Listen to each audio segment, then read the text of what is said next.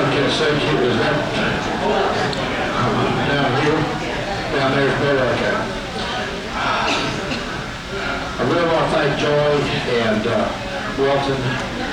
Joy always does such a great audio-visual presentation with movies and fade-ins and fade-outs, and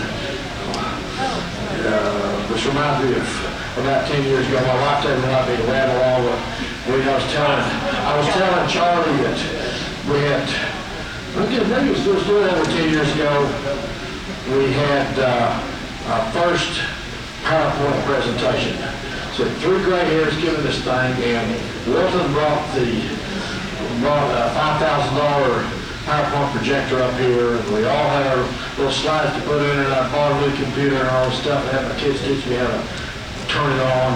We got up here and couldn't turn the stupid PowerPoint on, so I had to get Taylor Tinsley, he was 11 at the time, to come up and turn the thing on so 3 gray hairs could give presentations.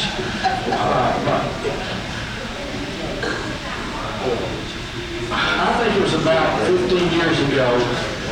I was still naive and wasn't buying quite as many fancy things as I have now. And came to one of the Dr. Pepper conventions. He was this great big stocky fella who I haven't seen back in about 13 years, who popped up and showed this Vienna art plate that he had found in an antique store in Austin somewhere, and showed this thing, and it was so pretty. I thought, my God, I could never afford one of those. And I bought that. There's a book over there that I finally found about a week ago at home on the Vienna art plates.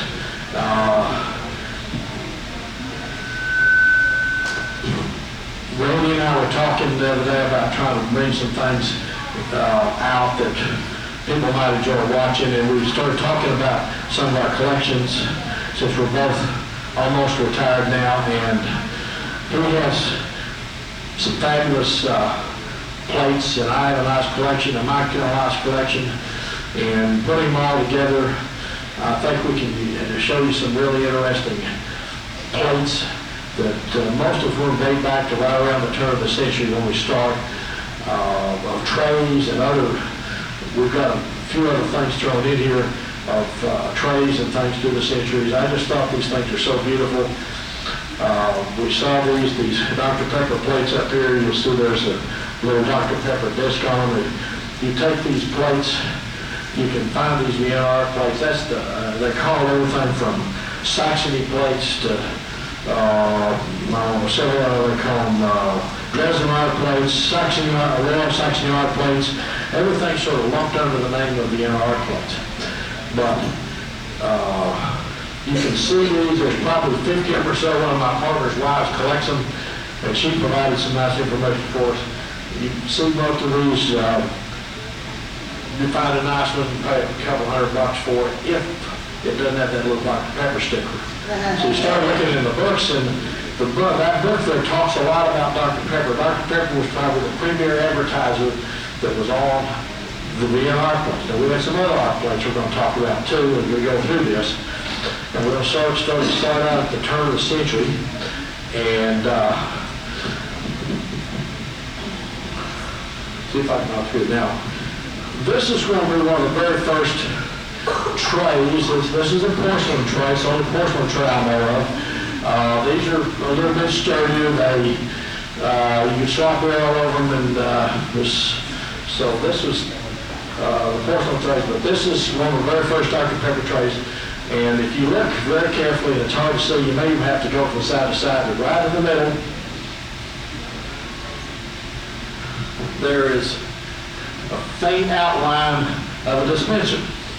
If you look and you kind of turn it this way, there was, I don't know whether it was a stick-on thing. Where's Gaston? He knows about all this stuff. He didn't want to bother to show up, but you know what that stuff was that they had that was on there? It was a different material that was kind of on there that kind of wore off on most of them.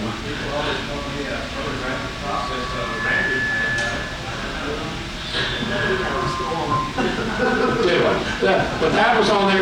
This was one of the things that Mike Starger was always looking for, to try to get the best looking dispenser that you could. You can barely make it out in the middle there. So this was a porcelain tray. This was right around the turn of the century. Now, the next was, in going through all these things, I had a surprise, and this is my surprise here. This is a tray I bought off eBay for $100 or so, or not a whole lot more than that.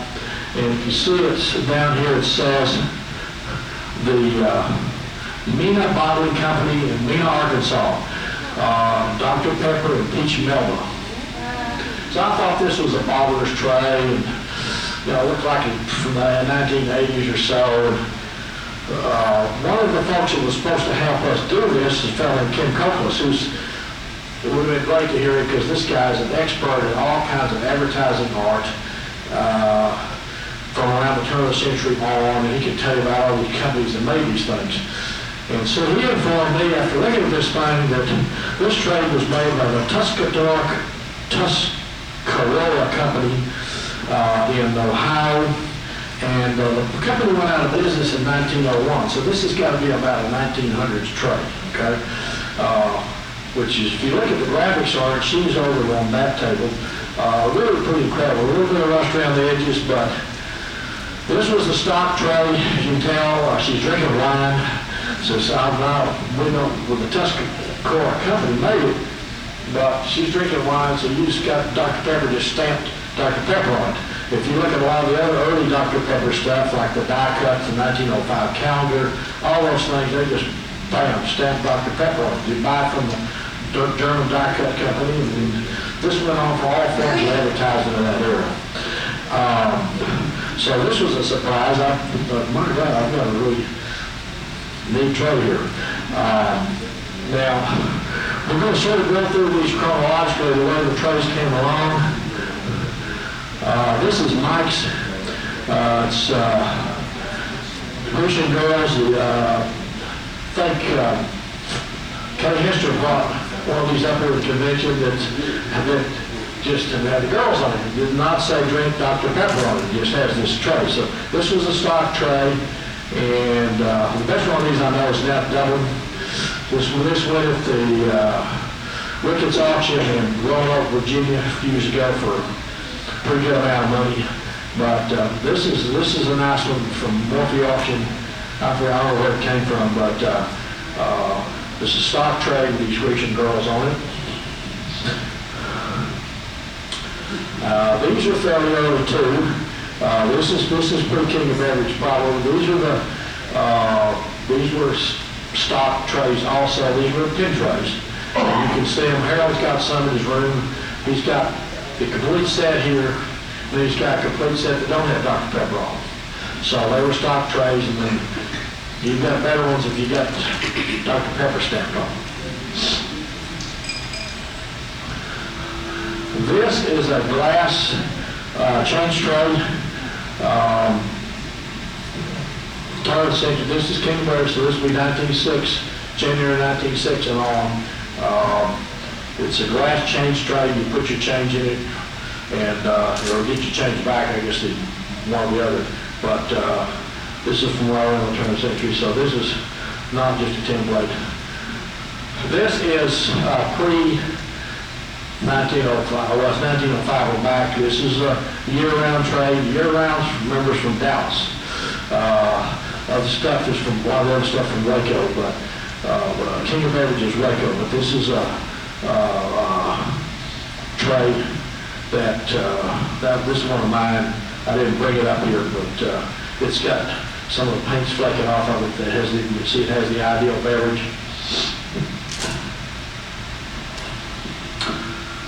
This is a tray that came from the Jerry Mathis collection. This Mike's. This is really nice tray to see the wooden background on it. This is also a pre-1906 tray. This is year-round also. Ideal beverage from Dallas. Kind of complements that one that was there. But this is really nice condition. This is another nice tray. This is from the company in Coshocton, Ohio, or however you pronounce that. It's this was a company that came after that one I showed you there, the girl. Most of these trays were manufactured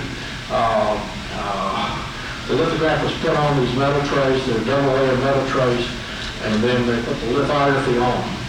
And this one's from the meat company in Coshocton, Illinois. This is the one that commonly known as the basket tray. This is also it's the year-round up there. This is in pretty good shape except for two little bottle stains on it. Doesn't have much rust on it. There are a few of these others floating around. This is in Harry's book. A lot of these trays, by the way, are nicely pictured in Harry Ellis's book. The first one, there's three books on the Dr. Pepper stuff. But I think I've got the book around. I left it in the room, but that's that. This is the famous lion tray. I'm blanking. I left my notes at home from my last talk. Forgot the guy, the artist on this one. This was done. The company did it now. I looked at it last night. Got to look at it.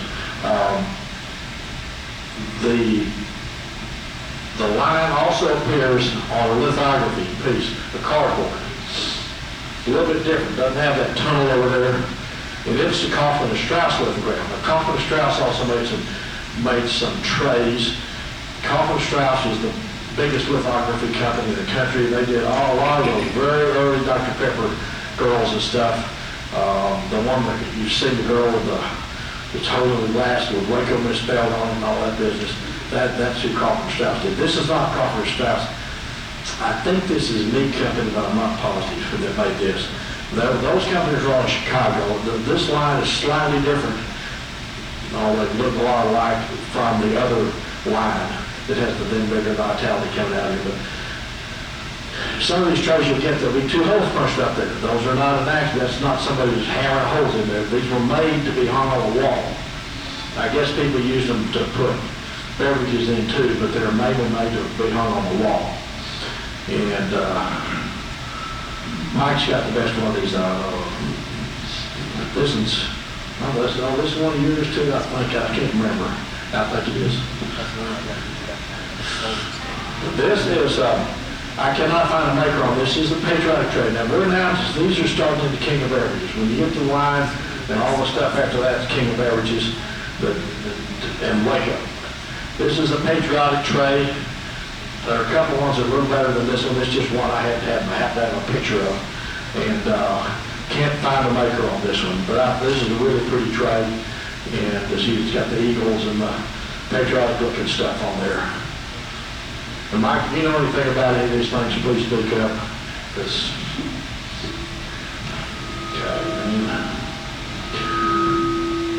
particular tray, I think this is Meek and Company too, yeah. I've got an example over here that's not quite as good a shape. This particular tray here, Kim Cutless came up with about 6 or 8 of them. I don't know exactly how many got, and there was in a desk in Iowa somewhere. They were all mint. Brought at the convention, there was a feeding frenzy, and they all got bought. And a few of them have come back resurfaced on resales or whatever, but this is the classic Dr. Pepper tray. The convention made a rectangular silver tray that we gave as a girl prize, or no, you got it for convention prize for coming to convention. I think y'all remember that. But what's important about this is when the Good Food and Beverage Act came out in 1906, so free from caffeine and other drugs. That got to be a big deal. And then, who was telling me last night, I think Walter or somebody, that eventually some of this stuff went back to Dallas. Dallas started putting caffeine back in it, and everybody was mad at each other about changing up the recipe and all this other kind of stuff. But we're taking it all back. People in Dallas went away, and they picked up the chemicals and all, and brought them back. Lazenby almost died. Lazenby had a cat with all this one. Caffeine. But they were very proud of the fact Coke still had caffeine. I think they even still had a little cocaine in somewhere about this time. But per few drug act, you had to list where all was in the things in. many of you have seen this, and we have an example, a very nice example of the rose plate. There are a fair number of these around. A lot of you will see it just beat up to a pulp. And it's still kind of neat having one. And this, the important thing you start to see is this little patch up here. Now, I don't know how they put that on there. Somehow the little partners got those on there, and they put them on these plates. But this is the important thing that distinguishes some of the plates that we're going to start showing here. But I've always liked this one. That it's obviously nice to have a good example and not one that's got bullet holes or rust and everything else all over it. And now we're going to start with the girls. Randy's going to show the girls up here. But Randy, you be sure to get up here and talk. You know all that stuff. Randy! Well, I started looking at you. Well, you know, you're the one that was buying them. You got into this before I did, a long time before I did. And actually, these girls all have names. If I can find them. This is not nasty. This girl here is named. Over here somewhere.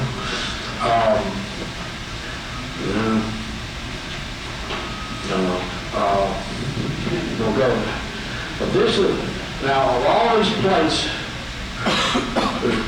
there are 7 of the ladies here. These are all 1, 2, 3, 4, 5, 6, 7. There's one of them's lying down because it ended up staying. And the rose plate are up here. So these are all of them that are available. So now this, you tell me, this is the stuff up here. But Randy knows more about these than I do. Now, so I got interested in them kind of because Mike was buying them, and Randy was buying them, and Kim was buying them, and I love these art plates. And let me get the next one. This one I got from Sue Sterling. Somebody sent this to her. There's an example of this one in the cases over there in the museum. I think if y'all have not seen the exhibit that Joy and the troops put up in that classroom on the back side where it has the wobbly wooden floor, it's really very impressive. This one is this girl right here. And her name is the first girl was named Lady in Thought. So she was supposed to be thinking this one. Anyway, who cares? Most of these we don't know are artists, but there was an artist named Asti who started painting in the late 19th century. And he has all these women with the low slung blouses and no sleeves that he has you've seen other artworks by her and by him. And he was, I think, French or German. And he did several of these plates. This one, that one. Now, this girl, another one they did advertising. This is Winston and Breezius. Well, not Breezius, Rosius. That was they were a big bottling firm in Philadelphia. And I don't remember, I had some signs I brought last year on the art of Dr. Pepper. It had a girl that was in a red and white striped dress. It was on metal, thin metal, it was on cardboard. And she was advertising this company too. And Charles, what was the name of that company that's on Red Riding Hood? Schwartz? But, well, always you had not only have Dr. Pepper advertising, but somebody else is advertising. And these girl plates, they have Coca-Cola and Budweiser beer. I've seen they're stamped on the back of some of these too. But the Dr. Pepper's the only one that had their little seal up here on the top. And there's these books on Beyond Art plates that Beyond Art plate people collect from. They know that Dr. Pepper's the main one that used these folks because they have the big ones up there, and that's why they're so much more valuable. This is another Asti girl. I think we have her up there too, don't we? Yeah. And this one here is in Harry's book. I think she's the rarest, but I've only seen 3 of them in my time. You have her, Mike? No. No. So, I've seen this one. There's another one. This one here, I kept this one because her face is better. If you look at the Dr. Pepper up top, somebody had painted over that with paint. And I was able to go in there with a Q-tip with some acetone to get essentially all that off there. That made all the smart bites. Somebody obviously was trying to face it. We've had some other ones where people were collecting these things and they try to scrape the Dr. Pepper off. It ain't that easy to scrape off. Mike had one that was a great one that I went up buying. They just scraped the whole Dr. Pepper thing off. So now remember, guys, all these girls from 1907. These are pretty old. These are over 100 years old. This one has a couple of them. This thing's got the face, because people use them as ashtrays. Right down there, I can't get my finger across, right down where I dressed down, there's a little spot where there's a cigarette burn, and one right up our neck, there's another cigarette burn up there on it. Wonder why people do this. Apparently they were doing this at corporate Dr. Pepper in the past too. Some of these guys had no idea what they had up there. They're usually used to put out their cigarettes on and stuff. What was the name of that one? That one, her name is Fantasie. That last one. And this is not Fantasie. But this is considered one of the 8 Dr. Pepper plates that's in the series. They talk about there are 8 of them. This is one of them. There's 7 girls with this one. And this is the Cotton Palace that's been gone for a long time. When did they tear the Cotton Palace down, Bill? Burned down twice. Burned down twice. When was the last time?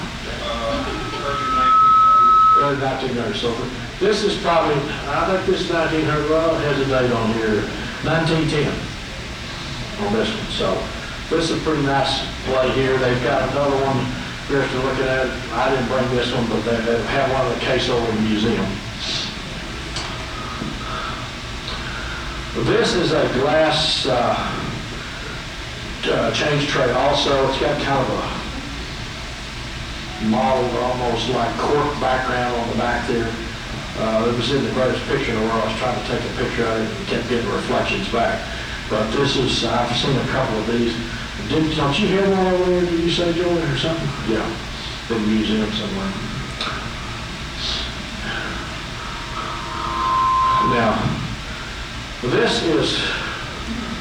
that's Mike's trail there, and he was kind enough to provide this. I don't know if you remember, was it last year you bought this tray? Yeah. This is actually a tray. It's a reverse painted glass, but look at the handles on those are handles, and I've got pictures of him who's just holding this thing out. That is actually a tray. Now, why it's so fragile is that how you could put your Dr. Pepper bottle on there or whatever, or your beer bottle, beer can or whatever, I don't know. But that's a gorgeous piece, and that's actually a tray. So we included that in our trays here. I think everybody recognizes this. She's on the 39 calendar. Some people say she's in the 40s, but there are gazillions of these out there, or they've got rusted and stuff, but this is the only tray I know that we're doing. So I'm calling her 39 because she's on the 39 calendar. So I gather they came out about that time. But I love that tray. You'll see there's usually one on eBay most all the time. It's a nice tray to start out with. But don't get one that's got too many bullet holes and stuff in it. Now, in 1979, they came out, and these are around. I can't find mine right now, but this is my picture of it. This is the bigger tray. It's a tray similar to the size of the old-time line tray, but there's quite a few differences. You see the outer rim is well, that one's red, and then this is kind of gold color. And then at the same time, they put out these tip trays to go along with it. Sorry for the photography, but and those are fairly plentiful too. Now, this tray here, was, you know anything about this? This is the 85 Centennial, right? Okay. Now, the picture there was one of Harry Ellis's favorite pictures. Couplers told me he had that cardboard disco. Had water spots all over it, big mess. Harry wanted it really bad. Harry bought the thing. I don't know, did they have airbrushing good in the 85? I don't know. Harry picked her up, took a picture of her, made the traverse. Sorry for that reflection up there. This is not my greatest photography work, but this was a tray. These are around, this from 1985 for the Centennial. And this is a lot more. That's why I thought that other one was about this era. It looks kind of like that, but no, that other was too, Now, this is Dr. Stargill's beautiful cabinet that he has in his house. So you can look in there and see 1, 2, 3, 4, 5 girls in a tray. And then that's counter girl there. You can see his other tray there. And you can see all of these trays. Yes, is this all your trays in there at once? Well, not all of them. And if you look up there at the top, 1, 2, 3, 4, 5, 6, 7, 8 glasses. So this is a pretty cool looking cabinet. And down on the bottom, those are seltzer bottles. You can ask him what some of the other things are in there. That's just a great picture if you ask me. And he's got, since all those were look mint to me, but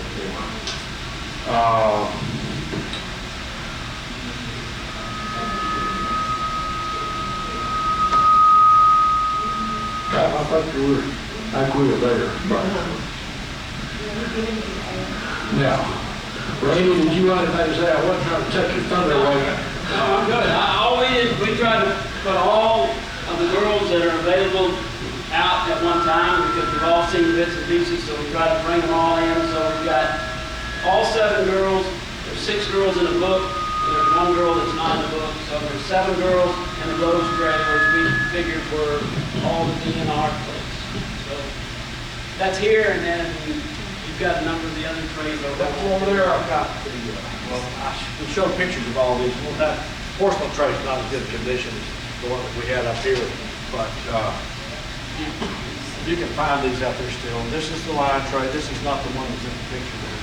The rest of these, that one and that one in the picture.